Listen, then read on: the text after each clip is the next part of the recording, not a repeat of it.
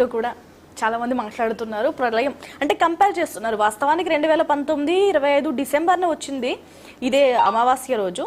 Corona లాంటి ప్రళయం దేశవ్యాప్తంగా కాదు ప్రపంచ దేశాలను వినాశనం చేసింది. అలాంటి ఇంపాక్టే మళ్ళీ ఉండబోతుందని చాలా మంది మాట్లాడుతున్నారు. మీరేం చెప్తారు? ఈ గ్రహ కూటమి అనేది అంటే షష్ఠ కావచ్చు, సప్తమ కావచ్చు, అష్టగ్రహ కూటమి కావచ్చు, ఏదైనా కావచ్చు, ఖగోళంలో ఉన్నటువంటి గ్రహ సంచారం అనేది అంటే ఒక కక్షలో తిరుగుతున్నటువంటి ఇవన్నీ కూడా ఒక రాశిలో జరగడం అనేది అంటే భౌతికంగా జరిగేటువంటి ప్రక్రియ. ఇది ప్రతి 5 ఏళ్లకు, 8 ఏళ్లకు, 10 ఏళ్లకు, 20 ఏళ్లకు ఇలా ఒక్కొక్క సందర్భంలో ఒక్కొక్కటి జరుగుతూ వస్తుంది. జరిగిన సంవత్సరంలో దురదృష్టవశాత్తు ఏదైనా సంఘటన మనకు జరిగితే దానికి అన్వయించేసి మనం చెప్పుకోవడం అనేది ఒకటి. ఖచ్చితంగా ఖగోళంలో జరుగుతున్నటువంటి మార్పులు, భూమి కూడా ఒక గ్రహమే, ఇది తిరుగుతూ ఉంటుంది. ఇది కూడా ఏదో ఒక కక్షలోకి వచ్చిన సందర్భంలో సర్దుబాట్లు లాంటివి కానీ ఇతర ఏమైనా జరిగినప్పుడు వచ్చేటువంటిది ఏదైనా ఒక భూకంపమే వచ్చిందనుకోండి, దీని కారణంగానే వచ్చిందని చెప్పడం కాదు. అది ఖచ్చితంగా కూడా సైంటిఫిక్గా దానికి ఒక రీజన్ ఉంటుంది. ఇప్పుడు అంటే వారు చెప్పినట్లే ఎక్కడా కూడా ఇక్కడ ఏదో ఉపద్రవాలు వస్తాయనేటువంటి పరిస్థితులు ఏం లేవు. భయంకరమైనటువంటి ప్రజల్ని అంటే ఒక రకంగా చాలా మంది చెప్తున్నారు కరోనా లాంటి విపత్తు వస్తుంది, ఇంకొకటి వస్తుంది, జనాన్ని భయాందోళనకు గురి చేయడం ద్వారా వాళ్ళను అంటే వాళ్ళ అటెన్షన్ని తన వైపు తిప్పుకునేటువంటి ఒక ప్రయత్నం చేస్తున్నటువంటి వ్యక్తులు చాలా మంది ఉన్నారు. దాని కారణంగా వచ్చినటువంటి భయాందోళనలు కాకపోతే ఇంకొక వేరే అంశం అని నేనైతే అనుకోవడం లేదు. ఖచ్చితంగా ఇది ఖగోళంలో రెగ్యులర్గా జరిగేటువంటి ప్రాసెస్. అది ఒకేసారి అంటే అన్ని ఇలా 6 గ్రహాలు ఒకసారి రావడం అనేది అరుదుగా జరగవచ్చు. కాకపోతే అది 10 ఏళ్లకో 20 ఏళ్లకో ఒకసారి జరుగుతూ ఉండొచ్చు. ఇప్పుడు అంటే విశ్వం ఏర్పడిన దగ్గర నుంచి ఎన్నిసార్లు జరిగి ఉంటుంది ఇది? ప్రతిసారి అయితే అవ్వదు కదా. ఇప్పుడు మనమే క్రీస్తు పూర్వం, క్రీస్తు శకం అని చెప్పి క్రీస్తు శకానికి వచ్చిన తర్వాత కూడా 2025కి వచ్చేసాం. 2000 సంవత్సరాలు. ఈ 2000 సంవత్సరాలు ఎన్నిసార్లు వచ్చి ఉంటాయి? అంటే ఇలాంటి ఉపద్రవాలతోటే పూర్తిగా ఇదైపోయిందా, భూమి అంతరించిపోయిందా? ఏం కాదు కదా. సో అలాంటి ప్రక్రియలు ఏమీ ఉండవు. సైంటిఫిక్గా ఇది ఉన్నటువంటి జరగాల్సినటువంటివి జరుగుతూ ఉంటాయి. దాని కారణంగా విపత్తులకి దీనికి ముడిపెట్టుకునేటువంటిది ఇది లేదు. చాలా మంది జ్యోతిష పండితులు ఏంటంటే రకరకాలుగా చెప్పుకుంటూ వస్తారు. జ్యోతిషులు ఏం చెప్పినా ఆ 12 గ్రహాలు చెప్తారు, ఆ 27 నక్షత్రాల చుట్టూ తిప్పుతారు, 27ంటికి మళ్ళీ 4 పాదాలు వేసేసి వీటి చుట్టూ తిప్పుతూ ఉంటారు. కానీ ఉన్నటువంటి 700 కోట్ల జనాభాకి ఈ రాసులు, ఈ గ్రహాలు ఇవే కదా, వేరే కొత్తగా అన్వయించడానికి ఏమీ లేదు. సో ఒక్కొక్క రాసిన ఆ 12 రాసులను తీసుకుంటే ఒక్కొక్కరికి ఎంత వస్తారు? 50 లక్షల మందిలో ఇప్పుడు 50 కోట్ల మందికి వస్తుంది. ఇంతమందికి ఇవే సరిపోతుందా? అది జరగదు. సో అవన్నీ జరుగుతాయి అని చెప్పి ఇవన్నీ కూడా ఒక రకమైనటువంటి మూఢ విశ్వాసాలను ఎక్కువ మందికి వ్యాప్తి చేసేటువంటి ప్రయత్నాల్లో భాగంగా చాలామంది అంటే సహజంగానే మీకు మంచి జరుగుతుంది అనే దానికంటే మీకు ఫలానప్పుడు ఈ ప్రమాదం ఉందని చెప్పి ఒక మాట చెబితే వాళ్ళ అటెన్షన్ వెంటనే మారిపోతుంది. ఆయన చుట్టూ తిరగడమో, వాళ్ళని గౌరవించడమో, లేదా పరిహారాల కోసం ప్రయత్నించడమో ఇంకొకటి జరుగుతూ ఉంటాయి. ఇలాంటి భయాన్ని క్రియేట్ చేయడం అనేది సాధారణంగా చాలా మంది పండితులు చేస్తున్నటువంటి ప్రక్రియ. ఇంకొకటి ఈ అంటే సైద్ధాంతికంగా ఇలా చెప్తున్నటువంటి పండితుల్ని ఒక నలుగురిని కూర్చోబెడితే ఏ ఇద్దరి అభిప్రాయం ఏకాభిప్రాయం రావడం లేదు. అంటే ఏంటి? శాస్త్రంలో లోపమా, వీళ్ళ ఆలోచన పరిధి లోపమా అనేది మనకు తెలియదు. కానీ వాస్తవంగా వారు చెప్పినట్లు అంత పెద్ద ఉపద్రవం వచ్చేటువంటి పరిస్థితులు కానీ ఇంకొకటి కాదు లేదు. ఇక్కడ ఉన్నటువంటి నాకు కనిపిస్తున్నది, నాకు తెలిసినటువంటిది అయితే ఖచ్చితంగా సైంటిఫిక్గా ఖగోళంలో జరిగేటువంటి ప్రక్రియే. అందులో భాగంగా ఒక 10 ఏళ్ల తర్వాత ఇప్పుడు జరుగుతుంది. రైట్. కానీ కోటిరెడ్డి గారు, చాలా మంది ఏమంటున్నారంటే ఒక సూర్యుడు ఉదయించడానికి, అస్తమించడానికి ఒక డేకి 24 గంటలు పట్టాలి. అంటే ఉదయించడం, అస్తమించడం 24 గంటల టైంలో. ఒక గ్రహణం టైంలో సూర్యుడు అనేది అక్కడ అస్తమించడం అనేది కేవలం 1 గంట, గంటన్నర, ఎంత గ్రహణం ఎంత టైంలో ఉంటే అంత టైంలో జరిగిపోతుంది, ఉదయించడం, అస్తమించడం కూడా.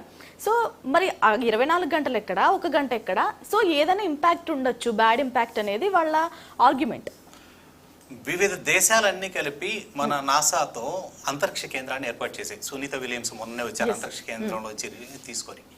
425 కిలోమీటర్ల డిస్టెన్స్లో భూమి నుంచి అక్కడ ఉన్నటువంటి అది అంతరిక్ష కేంద్రం భూమి చుట్టూ 24 గంటల్లో దాదాపు 16 సార్లు తిరుగుతోంది. ఓకే, ఈ తిరిగే వేగంలో రకరకాల ప్రక్రియలు ఉంటాయి. ఈ రోజున 30 అంటే యాక్చువల్గా ఇప్పటికే దాని కాలం ముగిసిపోయింది. అది భూమి మీద ఎప్పుడు పడుతుందో అని చెప్పి జనం ఎదురు చూస్తూ ఉన్నారు. అది పడితే అంటే గతంలో ఎప్పుడో స్కైలాబ్ అని 80sలో ఒకసారి చాలా భయాందోళనకు గురైనటువంటి పరిస్థితి. సరే, దాన్ని అరేబియా సముద్రంలో కూర్చారు. దీన్ని కూడా 31 నాటికి ఉపసంహరించి పూర్తిగా తీసుకొచ్చి అరేబియా సముద్రంలో కలిపారనేటువంటి ప్రయత్నం చేస్తున్నారు. సో గ్రహ సంచారం అంటే తిరుగుతూ ఉన్నటువంటి క్రమంలో చిన్నవి జరుగుతూ ఉంటాయి. ఇప్పుడు స్పేస్ను కూడా మనం చాలా నాశనం చేసాం. వ్యర్థాలు చాలా తిరుగుతూ ఉన్నాయి. భూకక్షకు పైన తిరుగుతున్నటువంటి చాలా ఉన్నాయి. సో ఇవన్నీ చూసుకున్నప్పుడు భూమి సూర్యుడి చుట్టూ తిరుగుతున్నది, అలాగే సూర్యుడు అంటే మనకి కనిపించేటువంటి తూర్పు పడమరలు ఇవి కాదు ఇక్కడ ఇంపార్టెంట్. అంటే మనం ఈ భ్రమణంలో ఉన్నటువంటి చిన్న చిన్నవి అన్ని గ్రహాలు ఒకేసారి వచ్చినప్పుడు సూర్యగ్రహణం చంద్రగ్రహణాలు ఎందుకు వస్తున్నాయి? వీటి మధ్యకి చంద్రుడు రావడం వలన లేదా సూర్యుడు రావడం వలన జరిగేటువంటి ఈ ప్రక్రియలే కదా. ఇవన్నీ కూడా ప్రతి 15 రోజులకి ఒకసారి అమావాస్య పౌర్ణమి మనం చూస్తూనే ఉన్నాం కదా. ఇలా జరిగేటువంటి ఇది అంటే ఖగోళంలో ఉన్నటువంటి ఒక నిర్మాణాన్ని మనం విశ్లేషించేసి ఇది అంతా ఈ సైంటిఫిక్ గా ఉన్నటువంటి దీని మొత్తాన్ని ఈ శాస్త్రాలన్నింటికీ కలిపేసి జ్యోతిష్యానికి చెప్పేసి ముడిపెట్టడం అనేది కరెక్ట్ కాదనేది నా అభిప్రాయం. ముడి లేదంటారా? అంటే ఒకటి శాస్త్రాన్ని నేను తప్పు పట్టలేదు, సైన్స్ కి అందరి అంశాలు చాలా ఉండి ఉండొచ్చు. ఎందుకంటే నేను అది కూడా చెప్తున్నాను. ఇప్పుడు ఒక సూర్యగ్రహణం ఏర్పడుతుంది రాబోయే ఇంకొక 10 ఏళ్ల తర్వాత ఏర్పడుతుందని ఇలాంటి పండితులు కూర్చొని అంచనా వేయగలుగుతున్నారు. అంటే గ్రహ సంచారం మీద వాళ్ళకి స్పష్టమైన ఇది టోటల్ గా చూసినట్లయితే ఫిజిక్స్ అలాగే మ్యాథ్స్ ఇవన్నీ కూడా ఇంక్లూడ్ చేసుకుని ఉంటారు. వీళ్ళ గణాంకాలన్నీ కూడా వాటి చుట్టే తిరుగుతూ ఉంటాయి పూర్తిగా. ఆ గణనలో నిష్ణాతులైనటువంటి వ్యక్తి ఖచ్చితంగా కొన్ని అంచనా వేయగలరు. కానీ అది మనిషి జీవితం మీద పూర్తిగా ప్రభావం. ఫర్ ఎగ్జాంపుల్ జాతక చక్రం అని చెప్తారు. జాతక చక్రం మీరు పుట్టంగానే మీ జాతక చక్రం ఇలా ఉంది అలా ఉంది అని చెప్తారు. వెంటనే ఇంట్లో వాళ్ళు ఏదైనా ఒక దోషం చెప్పంగానే దీని పరిహారం చెప్పండి అంటారు. జాతకమే ఇది కరెక్ట్ అయినప్పుడు పరిహారం ఎక్కడి నుంచి వస్తుంది? ఇంకా ఖచ్చితంగా అది అనుభవించాలి కదా జాతకం ప్రకారం. కానీ పరిహారం చెప్పేస్తారు. యాక్చువల్ గా జ్యోతిష్యం అనేదే పూర్తిగా వేద క్రతువులు నిర్వహించుకోవడానికి ముహూర్తాలు నిర్ణయించుకోవడానికి ఉద్దేశించినటువంటిది. 4 వేదాల్లో అవన్నీ 1300 చిల్లర్స్లో ప్రత్యేకంగా సూక్తులుగా ఇచ్చినటువంటి అంశాలు. ఆ వేదాన్ని తీసుకొచ్చి ఒక సబ్జెక్ట్ చేసేసి ప్రత్యేకంగా ఇచ్చేసి చెప్తూ మనుషుల జీవితానికి అన్వయం చేసి చెప్తూ వచ్చేసారు. సో దీనివల్ల మనం దీన్ని అంటే సైంటిఫిక్ గాని శాస్త్రాన్ని రెండింటి మిక్స్ చేసి చూడలేం. కొన్ని సందర్భాల్లో మాత్రం చూడాలి. నేను అదే చెప్తున్నాను. జూమ్ లో మధుసూదన్ గారు కూడా జాయిన్ అయ్యారు మన వారూమ్ లో. మధుసూదన్ గారు చెప్పండి. మధుసూదన్ గారు, మార్చి 29న అమావాస్య రోజు షష్టగ్రహ కూటమి రాబోతుంది. దీనివల్ల ప్రపంచ వ్యాప్తంగా ప్రళయం లాంటి చాలా విపత్తులు రాబోతున్నాయంటూ మాట్లాడుతున్నారు. మీరేం చెప్తారు దీని గురించి? అంటే ఇప్పుడు షష్టగ్రహ కూటమి కాదు, షడ్గ్రహ కూటమి అని పంచాంగ స్వాములు గారు చెప్పారు. అది నిజమది. వ్యాకరణ ప్రకారం దాన్ని షష్టగ్రహ కూటమి అనకూడదు, షడ్గ్రహ కూటమి అన్నది. కాకపోతే ఇక్కడ మీరు ఒక వైరుధ్యాన్ని గమనించాలి. ఏంటి అంటే భూమి సూర్యుడు చుట్టూ తిరుగుతుంది అనేది సైన్స్ అయితే, సూర్యుడు భూమి చుట్టూ తిరుగుతాడు అనేది శాస్త్రం అవుతుంది. అనేది మనకు సూర్యోదయం సూర్యాస్తమయం దాన్ని బట్టి లెక్కలు వేసుకుంటూ ఉంటాం, అవునా?